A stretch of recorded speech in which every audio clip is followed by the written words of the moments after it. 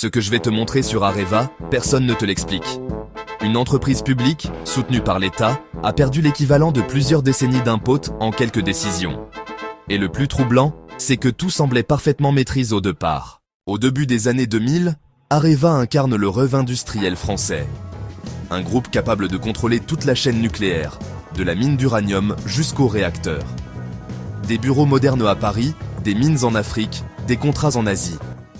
L'idée est simple et séduisante. Si Airbus a réussi dans l'aéronautique, la France peut créer son champion du nucléaire. Alors l'État orchestre une fusion massive entre plusieurs entités publiques. Areva naît avec une ambition claire. Aller plus vite que les autres. Être partout à la fois. Les premières années rassurent tout le monde. Les contrats s'enchaînent. Le chiffre d'affaires grimpe. Les délégations étrangères défilent dans les couloirs. En apparence, la machine est lancée. Mais en coulisses, un premier déséquilibre s'installe. Areva grossit trop vite. Le groupe accumule des activités éloignées de son cœur de métier. Certaines rapportent du chiffre, mais consomment énormément de trésorerie. La croissance devient un objectif en soi, pas la rentabilité. À ce moment précis, le marché du nucléaire semble euphorique.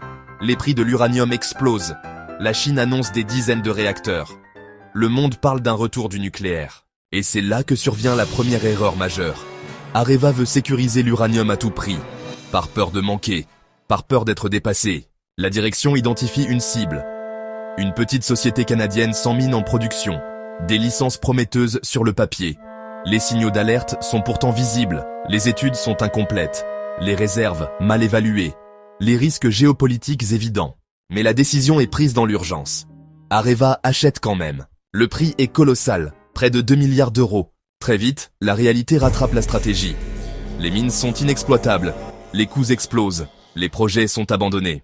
Ce qui devait sécuriser l'avenir devient un trou noir financier. Dans le même temps, une autre bombe se prépare. Un chantier emblématique en Finlande. Areva vend un réacteur nouvelle génération clé en main. Prix fixé à l'avance. Délai garanti. Sauf que le réacteur n'a jamais été construit auparavant. Les plans évoluent pendant le chantier. Les normes sont plus strictes que prévues. Chaque erreur coûte des millions. Chaque retard en appelle un autre.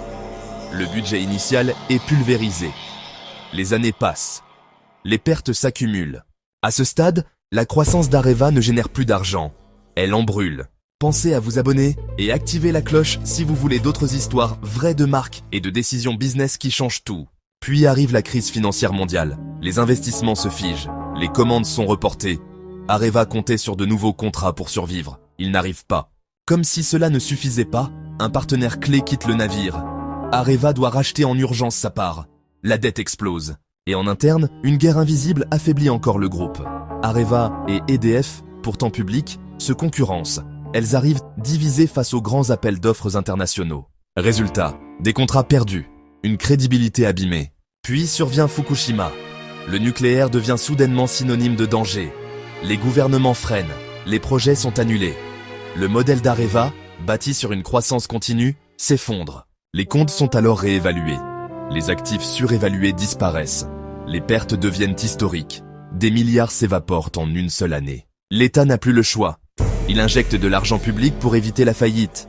Mais le prix à payer est lourd. Démantèlement, recentrage, suppression de milliers d'emplois. Le nom Areva disparaît.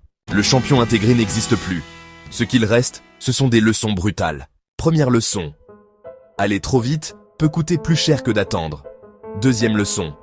Un prototype vendu comme un produit mature est une bombe à retardement. Troisième leçon. La croissance sans maîtrise du risque détruit même les géants. L'histoire d'Areva n'est pas qu'un échec industriel. C'est un avertissement. Quelle marque voulez-vous que j'analyse dans le prochain épisode? Dites-le en commentaire.